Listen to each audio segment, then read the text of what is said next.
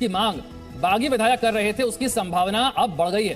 तो खबर है कि राज्यपाल भगत सिंह कोश्यारी ने इस पूरे मामले में खुद संज्ञान लेते हुए फ्लोर टेस्ट कराने का फैसला करने के बारे में सोचा है। वो ऐसा फैसला कर सकते हैं। वहीं सुप्रीम कोर्ट से 11 जुलाई तक राहत मिलने के बाद खबर आ रही है कि शिंदे गुट आज मुंबई लौट सकता है। उधर बीजेपी ने भी अपने तमाम विधायकों को अलर्ट पर रहने के लिए बोल दिया है और आज पूर्व सीएम देवेंद्र फडणवीस के घर पर पार्टी के तमाम कद्दावर नेताओं की बैठक होने वाली है। लेकिन इस सब के बीच संजय राउत को ईडी ने समन भी भेज दिया है। पात्रा चौल घोटाले का यह मामला है जिसे लेकर ईडी ने समन भेजा है संजय राउत को।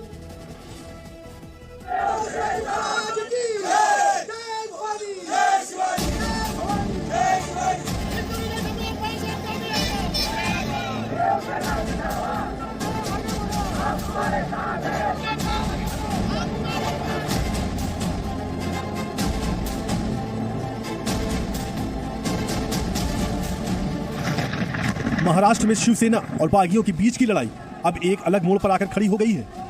ऐसा मोड़ जहां से आगे का रास्ता अब इस लड़ाई का फैसला कर सकता है। सोमवार को शिंदे गुट को सुप्रीम कोर्ट से राहत मिलने के बाद मुंबई में फ्लोर टेस्ट की बातें शुरू हो गई हैं। सूत्रों के मुताबिक खुद राज्यपाल भगत सिंह कोश्यारी इस मामले में संज्ञान लेकर फ्लोर टेस्ट कराने का फैसला कर सकते हैं। फ्लोर टेस्ट 11 जुलाई से पहले ही किया जा सकता है। सूत्र बताते हैं कि राज्यपाल सदन बुलाकर एक प्रोटेम स्पीकर को नियुक्त कर फ्लोर टेस्ट करा सकते हैं। सूत्रों के हवाले से खबर यह भी है कि सुप्रीम कोर्ट से राहत मिलने के बाद शिंदे गुट आज ही मुंबई लौट सकता है और राज्यपाल के सामने पेश होकर उद्धव सरकार से समर्थन वापस लेने का पत्र सौंप सकता है। हालांकि गुवाहाटी के जिस होटल में बागी विधायक ठहरे हैं वहां बुकिंग 5 जुलाई तक के लिए बढ़ा दी गई है। उधर सीएम उद्धव ठाकरे ने बागियों पर कार्रवाई करते हुए 9 बागी विधायक से उनके मंत्रालय वापस ले लिए हैं। इनमें से 5 कैबिनेट और 4 राज्य मंत्री हैं। लेकिन अगर शिंदे गुट मुंबई लौटता है तो अगाड़ी सरकार की मुश्किलें और बढ़ सकती हैं, क्योंकि एक ओर शिंदे गुट में जहां 39 विधायक हैं, वहीं शिवसेना के पास अब सिर्फ 16 विधायक ही बचे हैं। शिवसेना विधायकों के शिंदे गुट में जाने की जल्दबाजी का आलम यह है कि उदय सामंत के घर पर सुरक्षा के लिए 20 पुलिसकर्मियों को तैनात किया गया था, लेकिन बावजूद इसके वो सूरत भागने में कामयाब हो गए।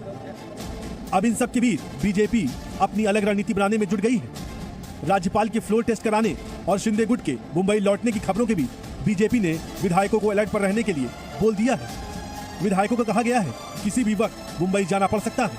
वहीं आज देवेंद्र फडणवीस के घर पर बीजेपी के तमाम कद्दावर नेताओं की बैठक भी होने वाली है।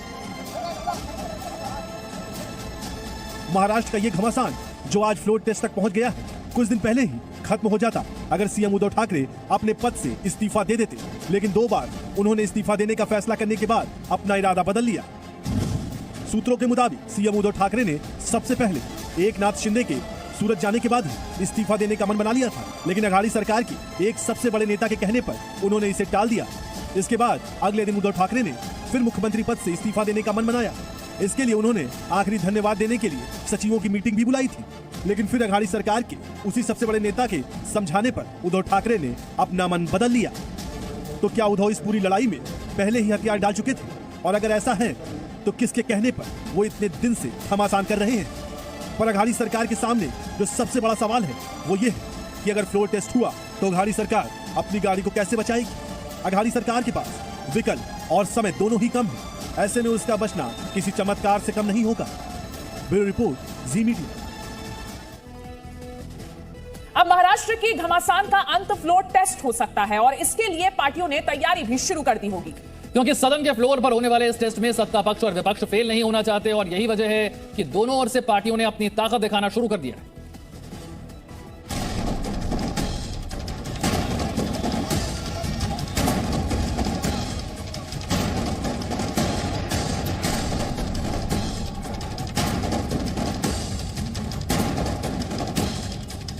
महाराष्ट्र की घमासान में यह कहना गलत नहीं होगा कि फ्लोर टेस्ट की गिनती शुरू हो गई है और इस उल्टी गिनती के साथ ही पार्टियों ने अपनी रणनीतिक तैयारियां शुरू कर दी है। हालांकि फ्लोर टेस्ट से पहले ही पार्टियों ने हुंकार भरना शुरू कर दिया है। कांग्रेस नेता नाना पटोले कह रहे हैं कि अघाड़ी स्थिर है और इनके पास पूरा संख्याबल है। महाराष्ट्र में महाविकास आघाड़ी सरकार एकदम स्थिर है, उसको कोई डर नहीं। सब बात के लिए महाविकास आघाड़ी तैयार है। न्याय व्यवस्था में हमें भी न्याय मिलेगा और कोई भी गलती महाविकास आघाड़ी की नहीं है। इस बीच नाना पटोले ने बीजेपी पर विधायकों को बेहोश करके रखने और पैसा देने का आरोप भी लगाया है। जिस तरह से एमएलएस को ले जाकर बेहोशी का इंजेक्शन दिया जा रहा है, उनको मारा जा रहा है, ये भी बात छुपी नहीं है। और 50 करोड़ रुपए एक एमएलए को देने की बात भी जो उनकी तरफ से आ रही है, तो ये जो घोड़े बाजार जो चल रहा है इसके पर भी हमारा ध्यान है और हम भी कोर्ट में जाएंगे और कोर्ट से हमको जस्टिस मिलेगा। तो एक तरफ कांग्रेस का रुख नर्म है, लेकिन शिवसेना के तेवर गर्म है। शिवसेना के नेता बागियों को धमकी देने का कोई भी मौका नहीं छोड़ रहे हैं। ताजा धमकी मुंबई के मेयर किशोरी पेंडेकर की ओर से आई है। किशोरी पेंडेकर ने बागियों पर हमला बोलते हुए कहा है कि महाराष्ट्र की सियासत में कोई पीठ में खंजर घोपेगा तो उसे छोड़ेंगे नहीं। हमारी शिवसेना ही हमारी माँ है, उसके ऊपर कोई खंजर खुपसता है तो उसको छोड़ेंगे नहीं। उधर बीजेपी भी फ्लोर टेस्ट को लेकर तैयारियों में जुट गई है। सोमवार को देवेंद्र फडणवीस के आवास पर कोर कमेटी की बैठक हुई और आज सुबह एक बार फिर कोर कमेटी बैठक के लिए इकट्ठा होगी। राजनीतिक अस्थिरता में हमने आने वाले दिनों में क्या भूमिका लेनी चाहिए, इस विषय पर हमने आज चर्चा की है और चर्चा के बाद ये तय किया है कि अभी भी हमने वेट एंड वॉच करते हुए आने वाले दिनों में जैसी परिस्थिति निर्माण होगी फिर से कोर टीम बैठेगी। शिवसेना के गठन नेता श्री एकनाथ शिंदे जी की ओर से हमें कोई प्रस्ताव आया नहीं है। महाराष्ट्र में घमासान पर एक बार फिर ईडी की एंट्री हो गई है। अब तक शिवसेना की ओर से आरोप लगाए जा रहे थे कि बीजेपी बागियों पर ईडी का डर दिखा रही है, मगर इस बीच शिवसेना के राज्यसभा सांसद को ईडी ने नोटिस भेजा है। संजय राउत को आज ईडी के सामने पेश होना है, पर संजय राउत ने कहा है कि वे पेश होंगे मगर आज नहीं। कल मेरी अलीबाग में सभा है और भी सभाएं मैंने शेड्यूल की है पार्टी की तरफ से, उसके बाद मैं। मुंबई के कुर्ला में 4 मंजिला इमारत गिरी, 3 लोगों की मौत, 14 बचाए गए। एनडीआरएफ की टीम का रेस्क्यू ऑपरेशन जारी।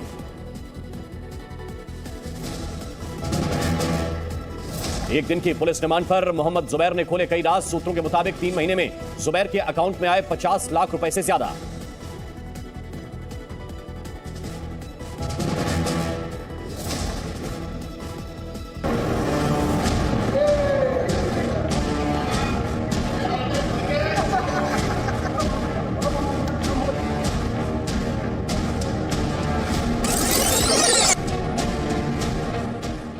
एक हफ्ते बाद भी महाराष्ट्र की सियासी लड़ाई जारी है। बागियों के खिलाफ मोर्चे पर बैठे संजय राउत ने विधायकों को नया फरमान सुना दिया है। तो उनको 11 जुलाई तक और वहां आराम करने का एक फरमान है। महाराष्ट्र में उनके लिए कुछ काम नहीं है। वहीं निर्णायक नतीजे की ओर बढ़ रही सत्ता की इस लड़ाई में गुवाहाटी से बागियों की वापसी की अटकलें तेज हो गई हैं। इस बीच उद्धव सरकार के मंत्री अब खुले तौर पर बागियों को मुंबई आने पर नतीजा भुगतने की धमकी दे रहे हैं। उनको एयरपोर्ट से बाहर निकलने नहीं दिया जाएगा। सूरत से शुरू हुई सियासी लड़ाई चौपाटी से गुवाहाटी होते हुए सुप्रीम कोर्ट तक जा पहुंची है। अब 11 जुलाई को सुप्रीम कोर्ट का फैसला आएगा। इस सब के बीच अब खुद राज्यपाल ही फ्लोर टेस्ट कराने का फैसला कर सकते हैं। संकट में कुर्सी आई तो उद्धव ने ताबड़तोड़ फैसले लिए, जो अब सवालों के घेरे में है। बीजेपी की शिकायत के बाद 21 से 27 जून तक उद्धव सरकार के 369 फैसलों के मामले में राज्यपाल ने मुख्यमंत्री से ब्यौरा मांगा है। वहीं इस बीच सत्ता के बदलते समीकरणों पर बीजेपी भी सक्रिय है। नमस्कार, स्वागत है आपका। आप देख रहे हैं जी न्यूज, आपके साथ में हूं राम मोहन शर्मा। सबसे पहले आपको महाराष्ट्र का अपडेट बताते हैं। आज क्या क्या महत्वपूर्ण महाराष्ट्र में होने जा रहा है वो अपडेट आप जानिए। इस वक्त 3 तस्वीरें आपके पास हैं। सामने है बीजेपी की तरफ से देवेंद्र फडणवीस दिल्ली रवाना हो गए हैं। दूसरी तरफ उद्धव गुट है जो विधायकों के साथ बैठक करने वाला है, और शिंदे कैंप फ्लोर टेस्ट की मांग संभव है। शिंदे कैंप की तरफ से कहा जा सकता है कि अब फ्लोर टेस्ट कराया जाए, और संकेत यही मिल रहे हैं कि राज्यपाल के जरिए अब राज्यपाल से यह गुहार लगाई जाए कि फ्लोर टेस्ट के लिए सरकार से कहा जाए कि सरकार फ्लोर टेस्ट के लिए तैयार हो, ताकि यह पता चल सके कि उनके पास बहुमत है या नहीं है। कौन से खेमे में क्या हलचल है, इस वक्त 3 तस्वीरों के जरिए आपको दिखा रहे हैं।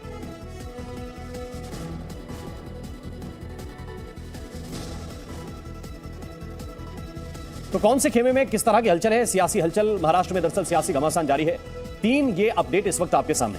पहला तो ये कि बीजेपी की तरफ से देवेंद्र फडणवीस सरकार बनाने पर मंथन कर रहे हैं और दिल्ली रवाना हो गए।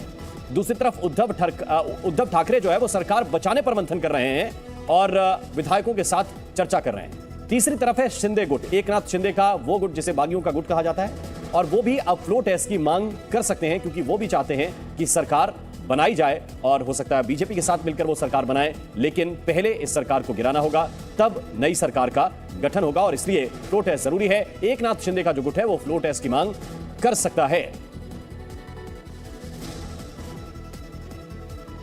तो महाराष्ट्र में सियासी घमासान जारी है और अब गुवाहाटी में एनसीपी ने शिंदे के खिलाफ पोस्टर लगा दिए।